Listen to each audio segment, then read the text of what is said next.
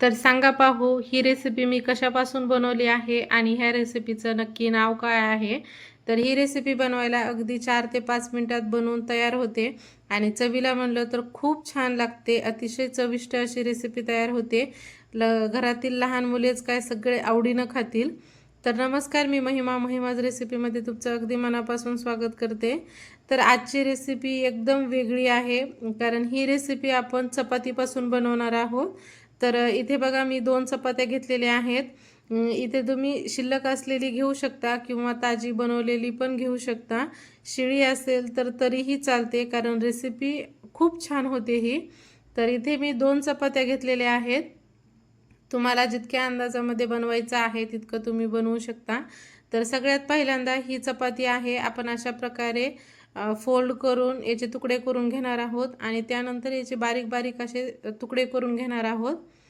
तर ह्या चपातीचे जास्त मोठे तुकडे नाही ठेवायचे आणि जास्त बारीकही नाही करायचे, नाही तर जास्त बारीक झाले तर ते एकदम गाळ शिजले जातात। तर इथे मी सांगते त्याप्रमाणे असे तुकडे करून घ्यायचे। तर इथे बघा सगळ्या चपातीचे तुकडे करून झालेले आहेत। तर इथे मी गॅसवर कढई ठेवली आणि त्यामध्ये 1 ग्लास पाणी टाकलेलं आहे। आता ह्या पाण्याला खळखळून छान उकळी येऊ द्यायची। तर इथे छान उकळी आल्यानंतर हे चपातीचे तुकडे आपण ह्या पाण्यामध्ये टाकणार आहोत। तर पाण्याला चांगली उकळी आली पाहिजे, नंतरच आपण त्यामध्ये चपातीचे तुकडे टाकूया। इथे बघा मी तुकडे टाकलेले आहेत। आता गॅस फुल ठेवायचा आणि मिक्स करून घ्यायचं। हे अशा प्रकारे मिक्स करून झालं की त्यावर झाकण ठेवून अगदी 2 ते 3 मिनिटच आपल्याला म्हणजे वाफवून घ्यायचे आहेत हे। तर इथे बघा 2 ते 3 मिनिट झाले, तर वाफवलेले आहेत आणि सुरुवातीला आपण पाणी थोडंच टाकलं होतं, त्यामुळे पाणीही बऱ्यापैकी कमी झालेलं आहे। तर यामध्ये आता मी साई पण टाकलेली आहे। दूध टाकायचं यामध्ये जवळपास अर्धा ते पाऊण ग्लास मी दूध साईसोबत टाकलेलं आहे। आता हे दूध छान एकदा मिक्स करून घेऊ। इथे हे दूध मी गरम करून कोमट केलेलं होतं, त्यानंतर याच्यामध्ये टाकलं। आता इथे छान मिक्स करून झालेलं आहे। आता त्यामध्ये आपण चवीनुसार साखर टाकणार आहोत। तुम्ही तुमच्या चवीनुसार यामध्ये साखर टाकू शकता।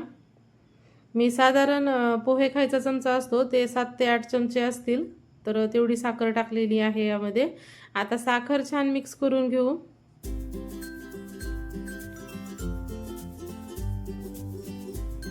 तर एक उकळी आलेली आहे, तर साखर छान मिक्स झाली। त्यानंतर इथे बघा घरी बनवलेलं घरगुती गाईचं तूप आहे। तर ही रेसिपी तुम्हाला तुपाची रेसिपी बघायची असेल तर मी डिस्क्रिप्शन बॉक्समध्ये लिंक देते। तर हे तूप मी शुद्ध पारंपरिक घरी बनवलेलंच आहे। तर मोठे 3 चमचे मी गाईचं तूप टाकलेलं आहे, कारण ह्या तुपाने खूप छान चव येते। तर साखर टाकली, त्यानंतर 3 चमचे तूप टाकलं। आता छान एकदा मिक्स करून घेऊ।